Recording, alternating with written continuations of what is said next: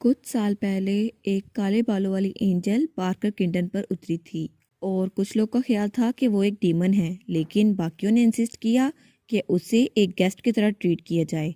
और सब लोगों के दरमियान जो उसे पॉलिटिकल पर्पस की वजह से यूज़ करना चाहते थे, उनमें एक क्राउन प्रिंस था जो उसके प्यार में पड़ गया और इस तरह वो उसके साथ एंगेज हो गई। लेकिन हमें प्रेजेंट का सीन दिखा रहता है जहाँ क्राउन प्रिंस वहाँ बैठा हुआ था और तभी वहाँ पे क्राउन प्रिंस आती है और वो उसका नाम था कांग सीना। और वो तो बड़े गुस्से में लग रही थी, तो क्राउन प्रिंस वहाँ बैठा था और वो थोड़ा परेशान लग रहा था और उसका नाम था डेविड बार्कर। और वो सोचता है लाइफ सिंपली ख़त्म नहीं हो जाती जब आप लोग किसी के प्यार में पड़ जाते हो। तो वो कहता है सीना, और वो सोचता है कभी तो मुझे इस चेहरे को देखकर लगता था मुझे इस पे बहुत ज़्यादा प्यार आ रहा है, लेकिन अभी वो कहता है मैंने कहा था कोई भी मेरे ऑफिस में ना आए। तो गार्ड कहता है वो असल में बात ये है। तो सीना गार्ड की बात काट कर वहाँ आती है और कहती है बस इसको बाकियों पर ना लो, मैंने तुम्हें पूछा था कि तुम मुझे अवॉइड क्यों कर रहे हो। वो कहता है क्या क्या कहा तुमने। वो कहती है हाँ तुम मुझे अवॉइड कर रहे हो और मुझे याद भी नहीं आता कि हमने पिछली बार अच्छे से बात कब की थी। तो वो कहता है एक प्रॉपर कन्वर्सेशन। अच्छा तुम बात करने की बात कर रही हो, लेकिन क्या सच में तुम मुझसे बात करती भी हो या नहीं।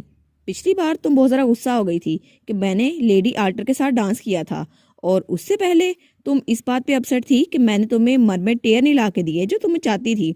और आज आज तुम किस बात का गुस्सा निकालने आई हो। तो सीना कहती है ये सारी तुम्हारी गलती है। लेडी आल्टर वो वैसे भी तुम्हारी कंकुबान बनने वाली है, और मरमेड टेयर मुझे वो चाहिए थे, हर एक के पास है, वो नेबरिंग किंगडम की प्रिंसेस के पास भी है। तो तुम्हें क्या लगता है मैं इस बारे में अपसेट नहीं हो सकती। तो वो कहता है मैं तुम्हें कितनी बार एक्सप्लेन करूं, एक किंग के लिए क्वीन की पोजीशन बहुत ज़रा पॉलिटिकल टूल की तरह इस्तेमाल होती है, लेकिन फिर भी मैंने वो पोजीशन तुम्हें दे दी, ये काफ़ी नहीं था। तो वो कहती है ये तो बहुत ज़रा कावर्डली एक्सक्यूज़ है, तुम खुद कितने बुज़दिल हो, और वैसे भी मेरे पास तुम्हारे अलावा कोई है ही नहीं, ना फैमिली ना फ्रेंड्स, इस दुनिया में मेरे पास तुम्हारे अलावा कोई है ही नहीं, और तुम ये करने वाले हो मेरे साथ, पॉलिटिक्स के नाम पर मेरे साथ इतनी कॉन्कुबान्स लड़ने वाले हो। तो क्राउन प्रिंस डेविड कहता है तुम्हें क्या लगता है एक किंग के लिए पॉलिटिक्स से ज़्यादा अहम चीज़ और क्या हो सकती है। तो वो कहती है देखा ये एक और एक्सक्यूज़ है, ये साबित करता है तुम कितने नालायक क्राउन प्रिंस हो। तो वो उठ के कहता है सच में तुम मुझ पे इल्ज़ाम लगा रही हो, मैं क्राउन प्रिंस हूँ और तुम मेरे साथ ऐसे बर्ताव कर रही हो। तो वो कहता है गार्ड्स अभी के अभी प्रिंसेस को यहाँ से ले जाओ। तो वो कहती है क्या तुम मजाक तो नहीं कर रहे, अब मुझे हंसाओ मत, ये किस तरह की कन्वर्सेशन हुई, जल्दी से मुझे एक्सप्लेनेशन दो। लेकिन गार्ड्स उसे वहां से ले जाते हैं। तो वो चिल्ला कहती है डेविड आखिर ये सब कुछ क्या है। और वो सोचती है मैंने सोचा था कि ये शख्स मुझसे हमेशा प्यार करता रहेगा, लेकिन अब ये चाहता है एक हैरम बनाना जिसमें बहुत ज़रा कॉम्प्रोमाइज़ हो, आखिर ये करना क्या चाहता है। और तब वो कहती है लेकिन नावल में तो ऐसा कुछ भी नहीं हुआ था, अभी क्यों हो रहा है। और तब वहाँ डेविड वो वही बैठा था। वो कहता है एक सीरियस कन्वर्सेशन, इसे क्या लगता है मैं इसकी बात मानता रहूंगा, और इसने मुझे समझ क्या रखा है, और ये सारा सिस्टम ये ड्यूक पॉन्ड की वजह से ऐसा हुआ है। और जब कांग सीना मेरे पास आई थी तो वो होली मेडन की तौर पर आई थी, और जब मैं उसके साथ हुआ तो मैंने लीना के साथ अपनी एंगेजमेंट तोड़ दी, लेकिन मुझे लगा था कम से कम ड्यूक पॉन्ड तो इस बात को समझेंगे, लेकिन अगर लीना यहाँ पर होती तो वो मुझे कंकुबान लाने देती। फिर भी ड्यूक पॉन्ड, मुझे यकीन नहीं है कि उन्होंने अपनी बेटी को घर से निकाल दिया, मैंने कभी इमेजिन नहीं किया था वो अपनी बेटी के साथ ऐसा करेंगे। लेकिन ना सिर्फ उससे क्राउन प्रिंसेस का ओहदा छीन लिया गया, बल्कि उसको तो नोबल्स ने भी ठुकरा दिया और उसके अपने फादर ने उसे घर से बाहर निकाल दिया। लेकिन मुझे नहीं पता था ड्यूक पॉन्ड लालच के पीछे इतने अंधे हो जाएंगे। और सबसे ऊपर बात, लीना कभी भी ऐसे एक्ट ना करती। तो तभी वो कहता है क्या क्या मैं उसके बारे में सोच रहा हूँ, लेकिन आखिर मुझे नहीं लगा था ऐसा कोई दिन आएगा जब मैं लीना के बारे में सोचूंगा। तब वो अपने लेफ्टिनेंट को कहता है लेफ्टिनेंट लीना की करंट सिचुएशन क्या है, क्या तुम्हें इस बारे में कुछ पता चला। तो वो कहता है हाँ हमने पूरी डची को देखा लेकिन हमें उसका कोई भी ट्रेस नहीं मिला। तो वो सोचता है कितनी बदकिस्मती की बात है, मुझे लगा था वो सिर्फ नाटक कर रहे हैं कि उन्होंने उसे बाहर निकाला है, लेकिन आखिर एक ऐसी लड़की जिसे एम्ब्रॉयडरी के अलावा कुछ नहीं आता वो एक कॉमनर की लाइफ कैसे गुजार सकती है। तो उसका लेफ्टिनेंट कहता है योर हाइनेस मुझे ऐसा कहना तो नहीं चाहिए, लेकिन फिर भी बात तो यही सच है कि मिस लीना की यूजफुलनेस उसी वक्त खत्म हो गई जब आपने मंगनी तोड़ी थी।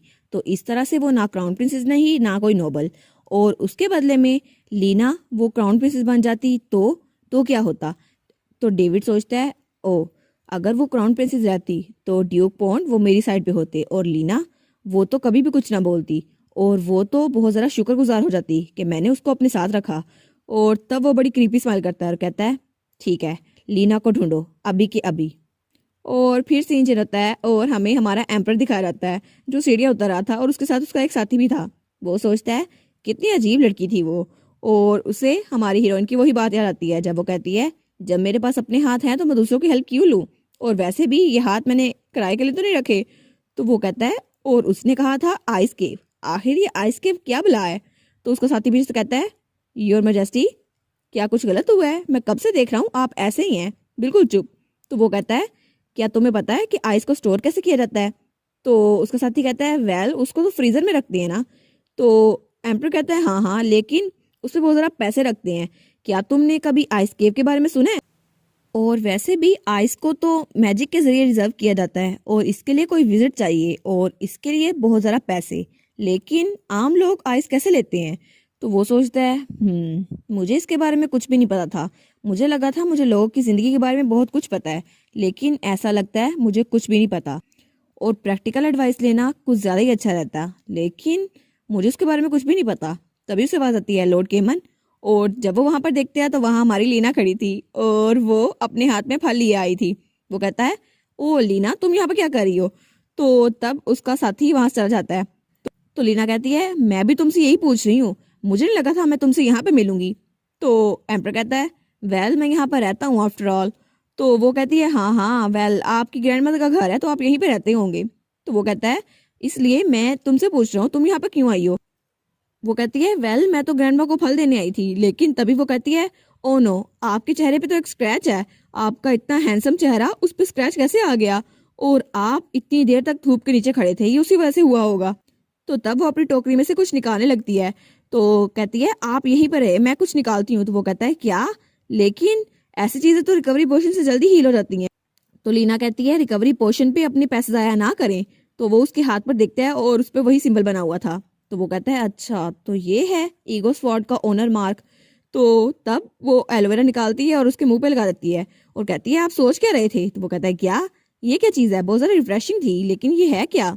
तो हमारी हीरोइन कहती है ये तो एलोवेरा है और ये बर्न्स और कूलिंग के लिए बहुत ज़्यादा अच्छी है, और आपको पता है आपकी ग्रैंडमा के ग्रीन हाउस में भी ऐसा एक पौधा है उसको अगेव कहते हैं, लेकिन ऐसा पौधा बहुत ही ज़्यादा अच्छा होता है और एलोवेरा तो बहुत ही ज़्यादा अच्छा रहता है। तो एम्पर सोचते हैं अच्छा तो कॉमन लोग अपना इलाज ऐसे करते हैं, तो इसे कहते हैं प्रैक्टिकल विजडम। तो वो कहती है हाँ लेकिन मुझे लगता है आप तो बहुत ज़्यादा नोबल हैं, जैसे आप बात कर रहे हैं इससे तो लगता है आपने कभी इसको ट्राई नहीं किया। तो एम्पर कहता है अच्छा तो क्या ये सारी नॉलेज तुम्हारे पेरेंट्स ने तुम्हें दी? तो वो कहती है नहीं मेरे पेरेंट्स नहीं है। तो एम्पर कहता है क्या? तो वो कहती है नहीं नहीं मुझे लगता है आपको गलत फहमी हो गई है, इससे पहले कि आपको कुछ और गलत फहमी हो मैं बता देती हूँ मेरे पेरेंट्स हैं लेकिन असल में उन्होंने मुझे अबंडन कर दिया है। तो एम्पर कहता है क्या, उन्होंने तुम्हें छोड़ दिया, लेकिन क्यों? तो हमारी हीरोइन सोचती है ये तो बिल्कुल फ्रीज हो गया, लेकिन अब मुझे खुद भी एम्बेरसमेंट हो रही है, इसे देख कर लगता तो नहीं ये बुरा आदमी है, लेकिन अब मैं इसको क्या बताऊं कि मेरी मंगनी टूट गई और मुझे बर्डन कर दिया गया क्योंकि मैं एक यूजलेस बेटी थी। नहीं नहीं अकेले रहना भी बहुत ज़रा अच्छा है। वेल मुझे यहाँ पर अच्छा लगता है, अब मैं आज़ादाना रह सकती हूँ, ना मुझे महल में रहना पड़ेगा, ना किसी की बातें सुननी पड़ेंगी और ना कुछ और। तब वो एम्पर को देखती है और कहती है क्या आप मेरे हालात के बारे में क्यूरियस हैं? तो एम्पर वो कहता है नहीं नहीं कुछ भी नहीं मुझे नहीं जानना। तो वो कहती है देखो तो सही इसके चेहरे पे साफ लिखा हुआ है कि ये जानने के लिए मरा जा रहा है, लेकिन वो उसके चेहरे को छूती है और कहती है आई गेस वो थोड़ा अच्छा बन रहा है ताकि मुझे बुरा ना लगे। तो वो कहती है आप तो बहुत ज़रा काइंड है। तो एम्पर उसको देखता है और वो थोड़ा सा ब्लश करने लगता है। तो वो जल्दी से अपना हाथ पीछे कर लेती है और कहती है ओ नो मुझे ऐसा नहीं करना चाहिए था। तब हमारी लीना टोकरी उछालते हुए कहती है वेल मैं अपने आप को अलाउ नहीं करूंगी कि आपके लिए फीलिंग्स रखूं, वैसे भी मैं आपको लुइस नहीं देने वाली, वो तलवार। तो एम्पर वो अपना गला साफ करता है और कहता है मैंने तो कुछ नहीं कहा। तो लीना कहती है वो फूल कहाँ गया?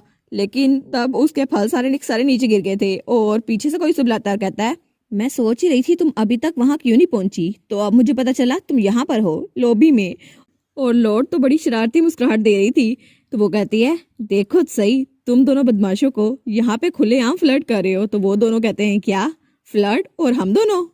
और इसी के साथ ये वाला पार्ट यहाँ पर ख़त्म। तो आप लोग बताइएगा आपको ये पार्ट कैसा लगा, प्लीज़ लाइक करिएगा, कमेंट करिएगा और शेयर करिएगा। और जो न्यू व्यूवर्स हैं काइंडली वो चैनल को सब्सक्राइब कर दें, और पिछली वीडियोस का लिंक आपकी स्क्रीन पर नज़र आ रहा होगा तो काइंडली उनको भी चेकआउट कर लें।